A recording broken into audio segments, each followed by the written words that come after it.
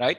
Where a module will consist of functions and a variables, either functions or in terms of variables. Any module will consist of, and within the module is a group of functions or variables saved to a Python file, which is nothing but considered as a module. All the list of functions along with the list of variables. Now within the type of modules, we have seen inbuilt module, user defined module. Two types of modules will be there. Inbuilt module means integrated with the Python and it is universal for everyone. It will work. Example is math. Math is one of the module. So where math is consisting of multiple functions, this particular module will consist of multiple functions.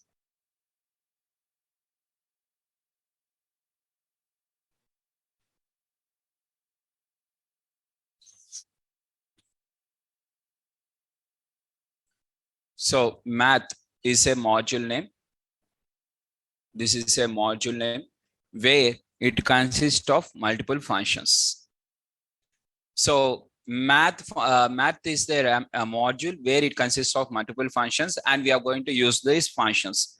So in the backend, it is going to execute the function, whatever the function was written.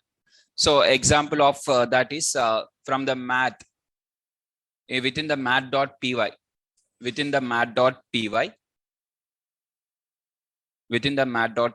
we are having one of the function is power, where x comma y, it takes two arguments. One of the x, it is having one argument, and square root, this is also having one argument. These are the some of the examples where this particular function math is consisting of, and factorial of x. So these are the various functions. Means backend, what is that means? Inside this, it is having with the def of this one, def. This all the things are having with, for example, def of POW x comma y means it is going to return the x to the power of y.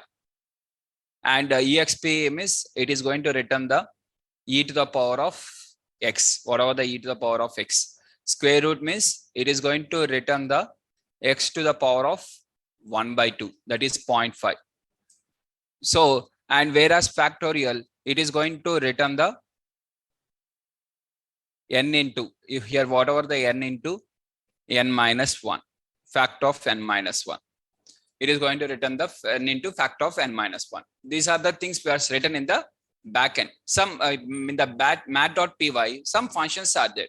Whenever you import this math, whenever you import the math, all the functions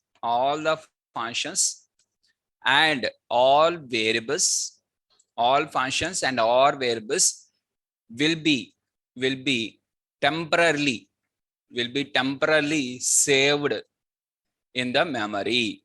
Memory means RAM. Will be temporarily saved in the memory. All the functions and variables will be temporarily saved in the memory. In the backend, it will be saved.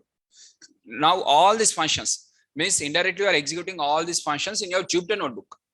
Once you import that math means all these functions are executed in your Jupyter notebook. Now, math dot, since you have imported math, so math dot POW of 2, 3 means it is going to check within the math.py, POW is available and it has two arguments, yes. Then it is going to return the output as 8. 2 to the power of 3 is nothing but 8. For example, it is returning as 8.0, means here it has written in the float of x to the power of y. Okay, or in terms, because why they have taken float of x to the power of y, because x can be any float value, y also can be any float value. It is not compulsory integers.